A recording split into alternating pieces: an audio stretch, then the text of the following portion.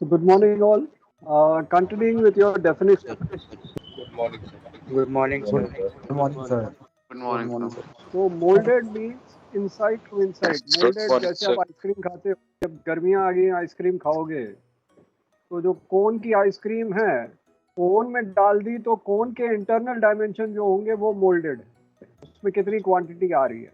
तो हमने उसको साइड की थिकनेस को नहीं लिया, कोन की थिकनेस को नहीं। सिमिलरली मोल्डेड में जो भी करेंगे वो बेस लाइन से अब ले रहे हैं। सपोज मोल्डेड डेप्थ है तो defined as the maximum depth of the vessel at ship side from upper deck, जैसे डेक लाइन है, to the inner side of the base line, जो कल बताया था। So that is the molded depth. Extreme depth will be to below the keel. So the molded depth will be from deck line to the inner side of the baseline. Now we'll come to the molded beam. Molded beam is inside of the ship's plating to inside of the ship's plating. So if we have a double hull, then the outer hull, we are not taking the molded breadth will be from the inner side of the outer hull to inner side of the outer hull on the starboard side. That is molded breadth. So molded beam is defined as the maximum dimension from side to side measured from inside of shell plating to inside of shell plating on the other side. ये molded beam हो गया inside to inside, molded depth हो गया deck line to inside of the base line. अब आता है molded draft. So molded draft is defined as a vertical distance between the top of the keel. तो कील के ऊपर वाली, that is baseline से to the designed summer load line. So normally it is measured at the midship area. So इसमें molded draft में we are not taking the thickness of the keel. So we are taking from the baseline to the summer load line. So molded draft for summer load line is from summer load line to the top of the keel or the baseline at midships. So यहाँ आपका molded depth आ गया from your deck line, क्योंकि camber को नहीं ले रहे हैं हम, deck line से ले रहे हैं। deck line से baseline तक molded depth आ गया। deck अपने summer load line से baseline तक molded draft आ गया। freeboard हो गया, from load line till deck line is your freeboard. Design draft will be from your summer load line to your under the keel. So design draft or maximum draft is for summer will be from summer load line to below the keel. Okay, so that is the things. So design water line, agar summer load line is design water line, so that is your design water line. Dead rise आपको बता दिया, rise of floor is dead rise. Molded breadth की आधी ये वाली है, full पूरा आएगा. Tumble is the inward curvature of the outer shell above your summer load line. इसके ऊपर shear हो गया, the curvature, upward curvature of your upper deck in the longitudinal direction, that is 4.5 direction. Forward shear is twice of half shear. ये पूरा revision हो गया आपके definitions का. तो extreme depth क्या आता है? Extreme depth आता है from the ship side at deck line to the lowermost part of the ship, that is outside the keel. Keel के नीचे extreme depth आएगा, use आएगा for under keel clearance, and for ship side hull plating you require extreme depth क्योंकि आपको पूरी paint करना है. तो ये हो गया extreme depth. Extreme beam क्या हो गया? Outside of the hull plating to outside of the hull plating, क्योंकि आपको ड्राई डॉक में एंटर करना है, पनामा कैनाल एंटर करना है, स्विस कैनाल एंटर करना है या कोई दूसरा कैनाल एंटर करना है, तो आपकी एक्सट्रीम बीम को मेजर किया जाएगा. So it is defined as the maximum dimension from side to side measured from outside of shell plating to outside of shell plating on the other side, and it is The maximum breadth at amidships at the parallel middle body का extreme breadth जो होता है, तो extreme breath बाहर से बाहर तक, moulded breath अंदर से अंदर तक, और rise of floor or dead rise will be upward curvature of the bottom plating in the athwartship direction. Molded depth आ गया from deck line to the base line. Molded draft आ गया from the summer load line to the base line. Maximum draft आ गया from summer load line to under the keel. Freeboard आ गया from summer load line to deck line. ठीक है, तो ये सारे आपके, और camber will be camber is the downward curvature of the deck plating in the athwartship direction. तो सारे डेफिनेशंस आपके इस डायग्राम में आ गए. एक्सट्रीम ड्राफ्ट हमने कर दिया, from the low surface of the टीलियर हमने कर दिया ऑलरेडी. सो मोल्डेड डेप्थ का क्या यूज है, एक्सट्रीम डेप्थ का क्या यूज है? तो मोल्डेड डेप्थ का यूज हो गया आपके कार्गो के लिए, एक्सट्रीम डेप्थ का यूज हो गया और योर अंडर कील क्लियरेंस, और दूसरा पेंटिंग के लिए use of moulded beam for cargo, bale space and, क्योंकि जनरल कार्गो में bale space and cubic capacity होता था, ग्रेन स्पेस के लिए तो मोल्डेड बीम आता था. Camber is the downward curvature of the upper deck plating in the transverse or athwartship direction. Advantages of flare: first advantage was your reserve buoyancy when you're diving the ship because of the heavy seas, it'll come back fast. Second was anchors will fall clear of the ship side plating. Third was increase in your deck for increase of space on deck for stations, and also increase of the store. Molded depth is the depth from the from the deck line to the base line. So that is your molded depth. So definitions में कोई question? Definitions में कोई question आपको? No, sir. So we'll start with your stresses. Or please remind Mr. Sanjeev to send me the email ID so that I can send you your notes. So उनको जरा remind कर दो कि मुझे email IDs आपके भेज दें so that मैं आपको notes भेज दूँ. Copy that. Okay. Now what is forward shear? चलो ये बताओ, what is forward shear? ये आंसर आप करो. और what is the role of dead rise? ये दोनों आंसर आप लोग करोगे. Role of dead rise क्या है? याद नहीं है. सर वाटर को सेंटर में डालने के लिए होता है सर, ताकि हम पंप आउट कर पाए. हाँ, क्योंकि पहले आपके पंप इतने अच्छे नहीं थे, फ्रेमो पंप टाइप के नहीं थे, तो डेड राइज होता था, तो सो दैट सेंटर लाइन में हम बिल्ज पंप लगा दें तो सारा पानी साइड से सेंटर पे आ जाए. तो हम उसको कर्वेचर दे रहे थे, अपवर्ड कर्वेचर और the bottom plating at the transversely, so that the water can flow to the center line for bilges to pumped out by the bilge pump. Okay, now what is forward shear? अभी मैंने बताया था shear के बारे में. Curvature of the ship's upward deck. Not the ship, not deck plating in the forward section longitudinally. में ना 4.5 direction का ये upward curvature है, forward ship का नहीं है. So that your green seas can be drained towards the center line, और camber से वो ड्रेन हो जाएंगे स्कपर की तरफ.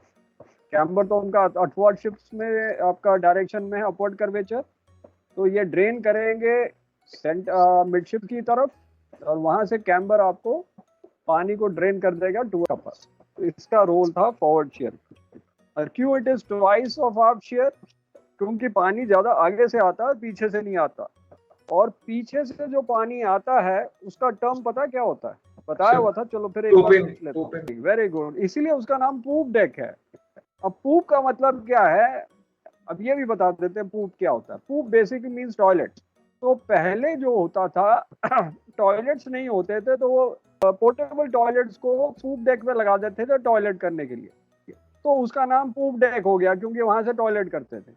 ठीक है, इसीलिए उसका नाम पूप डेक हुआ. और फिर वहां से पानी पीछे कैसे आएगा, उसको पूपिंग कहते हैं. तो सारा आपको बता दिया पूप डेक कैसे आया और पूपिंग क्या है. हमारे जहाज में भी जब I believe in Kalidas when we had gone to Rozi anchorage in Gujarat, तो we were loading break bulk multipurpose vessel containerise cum general cargo. तो काफी काफी शोर गैंग आया था ग्रेन डिस्चार्जिंग के लिए। तो पोर्टेबल टॉयलेट्स हमने पूप डेक पे लगाए थे हैंगिंग आउटसाइड, क्योंकि उनको अलाउड नहीं कर रहे थे टॉयलेट्स हमारे यूज करने के लिए। तो पोर्टेबल टॉयलेट्स हमने पूप डेक पे लगाए थे। अब हम स्ट्रेसेस पे आएंगे, तो जरा मैं डायग्राम बनाता हूँ स्ट्रेसेस का।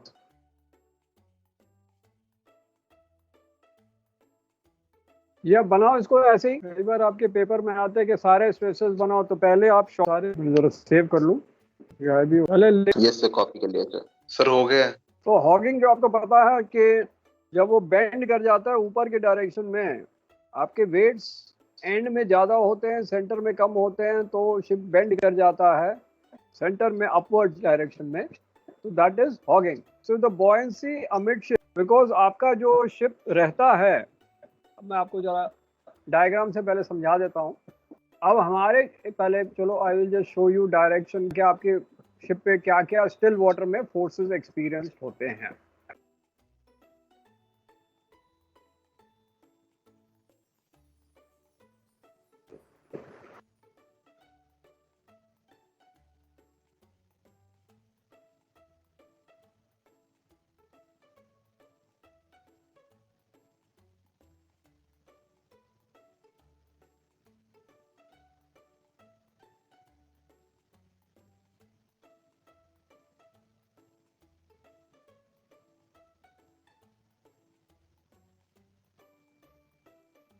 Now the forces experienced in still water, इसको जरा कलर चेंज करते हैं, इसको कर देते हैं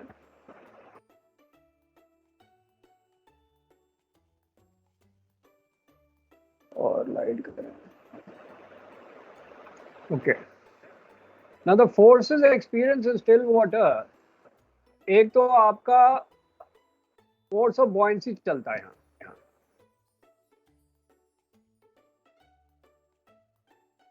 तो यहाँ आपका इधर लगेगा फोर्स ऑफ बॉयंसी, ठीक है, यहाँ लगेगा फोर्स ऑफ बॉयंसी, यहाँ लग रहा है। मैं 3 पॉइंट लेता हूँ, एक फॉरवर्ड पॉइंट, आर्क point and centre point. Midship point पे फोर्सेस लगा रहे हैं, और यहाँ पे आपका वेट लग रहा है, वेट्स लग रहा है।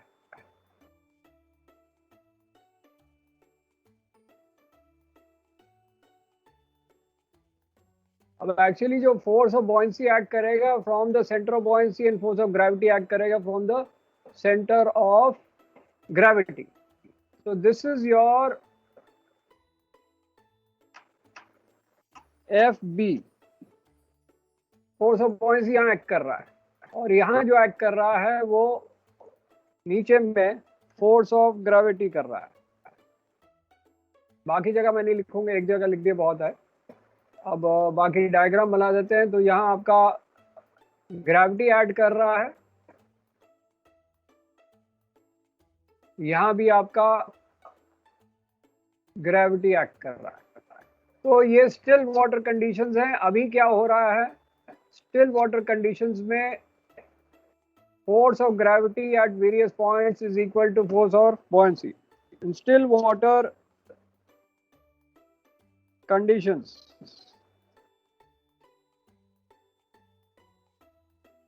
force of gravity acting downwards from center of gravity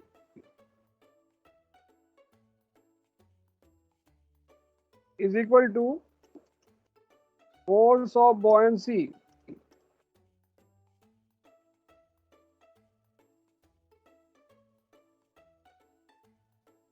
activity नहीं है, एक्टिंग डाउनवर्ड होगा।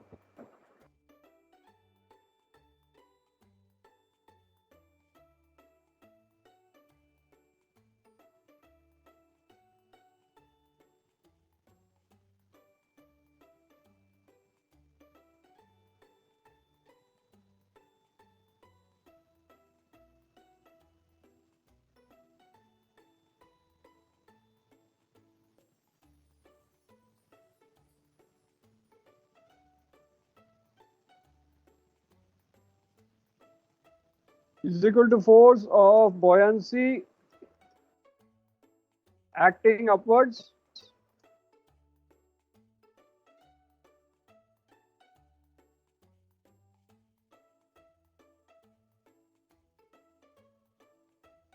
from center of buoyancy.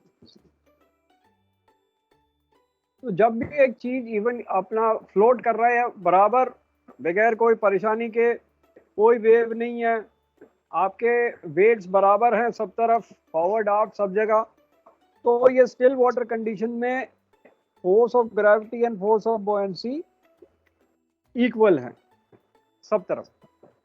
लेकिन अगर हमारा यहाँ हमने ज़्यादा वेट डाल दिया, यहाँ हमने ज़्यादा वेट डाल दिया, तो फोर्स ऑफ ग्रेविटी यहाँ ज़्यादा बढ़ेगी फ्रॉम फोर्स ऑफ बुओयंसी, और इधर मैंने वेट कम किया तो यहाँ फोर्स ऑफ बुओयंसी बढ़ जाएगी, तो मेरा शिप हॉग कर जाएगा। अभी आपको दिखाएंगे, इसको जरा सेव कर लें।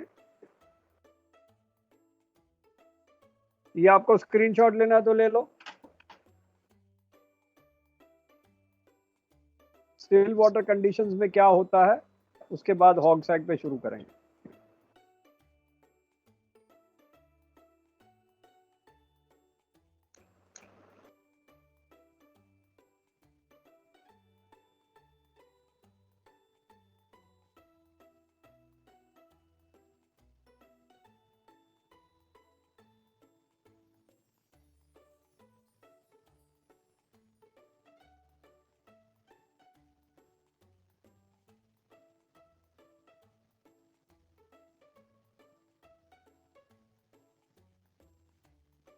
ठीक है, तो इसको सेव कर लेते हैं, फिर आगे करते हैं।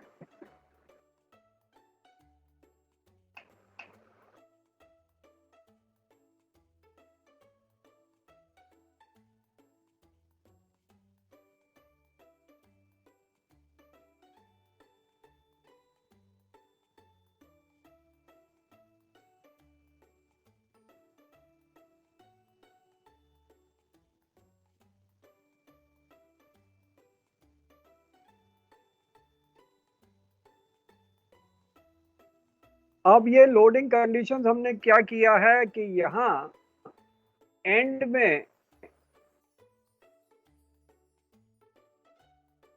मैंने हेवी वेट्स डाल दिए और यहाँ मैंने वेट हटा दिया। तो यहाँ जब हेवी वेट डाल दिए तो यहाँ force of gravity is more than force of buoyancy forward and aft में, और मिडशिप्स में my force of gravity is less than force of buoyancy. So this condition is hogging. Now in this condition, your deck plating is getting stretched. Stretching हो रहा है तो वो tension में आ रहा है, बॉटम प्लेटिंग कंप्रेशन में आ रहा है क्योंकि वो कंप्रेस हो रहा है। तो ये हॉगिंग में हमारा कर्वेचर हो जाता है अपवर्ड, डेक का, बॉटम प्लेटिंग का भी अपवर्ड हो जाता है। कर्वेचर बेसिकली डाउनवर्ड होता है, नॉट अपवर्ड, सॉरी, डाउनवर्ड हो जाता है दोनों तरफ का, अपर डेक प्लेटिंग और बॉटम प्लेटिंग का। तो deck is coming under tension, bottom plating is coming under compression, this condition is hugging. अब सैगिंग जो होता है that is opposite condition of hugging. In sagging you are having excess weight at the center or midships than the buoyancy, and the weights at the ends, that is 4.5, are less as compared to your buoyancy. So the buoyancy is more at the ends than the force of gravity, and at the midships the force of gravity is exceeding buoyancy. So the vessel is sagging, so your bottom plating is getting an upward curvature, deck plating is getting upward curvature, so your deck plating is compressing and bottom plating is having tension. So these are the two conditions in static. Static का मतलब है wait, हम move नहीं कर रहे हैं, wait हो गया, अब हमें मूव उसको हटाना पड़ेगा, ये बार बार शिफ्ट नहीं हो रहा है। So this is known as static stress. That means the stress is not changing unless you reduce the weight by transfer of cargo.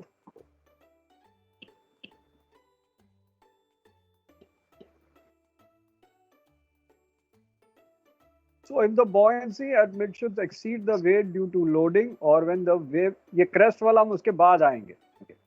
दूसरा कंडीशन होता है हॉगिंग का, जब क्रेस्ट होता है मिडशिप्स पे, मैं बाद में इसको कराऊंगा. So then your ship is going to hog. It is like a beam supported at middle and loaded at the ends. जैसे ये है कि आपने एक बीम को सस्पेंड किया हुआ है और यहाँ एक पॉइंटर लगाया, वेट इस पॉइंट पे लगाया है और ये वेट ज्यादा है तो ये इस तरह से हॉग कर रहा है. सैगिंग क्या हो जाता है? When the weight at midship exceeds the बुओयंसी.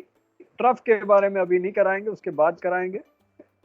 It is like a beam supported at these 2 points, और यहाँ वेट डाल दिया, ये 2 पॉइंट पे हमने वेट सपोर्ट किया है और यहाँ वेट डाल दिया तो ये सैग कर जाएगा. ये वेव का काम अगली बार कराएंगे. तो ये वेव वाला जो है वो डायनेमिक होता है. That I will teach next time. आज सिर्फ आपको स्टैटिक हॉग्स बता रहे हैं. So static stresses होता है when less cargo is loaded at midships as compared to the other parts of ship, and at midship the force of buoyancy is greater than force of gravity, so the vessel is hogging. At the ends your force of gravity is more than force of buoyancy. So the bottom plating in hogging is under compression and the deck plating in hogging is under tension. In sagging, when more cargo is loaded at midships rather than other parts of ship, the midship section will experience force of gravity more than force of buoyancy, and then the sagging takes place, while at the ends the force of gravity is less than force of buoyancy, or the force of buoyancy is more than force of gravity at the ends. So the bottom plating is at tension and the deck is under compression. तो ये वाला आपका hog हो गया, ये वाला आपका sag हो गया. ठीक है, तो dynamic we'll be doing next time. We can have a break now. 10 बज गए हैं. Looking for break. So we'll have break and we'll continue with dynamic stresses at the next class. So in the meantime, you read the stresses, all the stresses, and we'll come back with the dynamic stresses next class. Okay.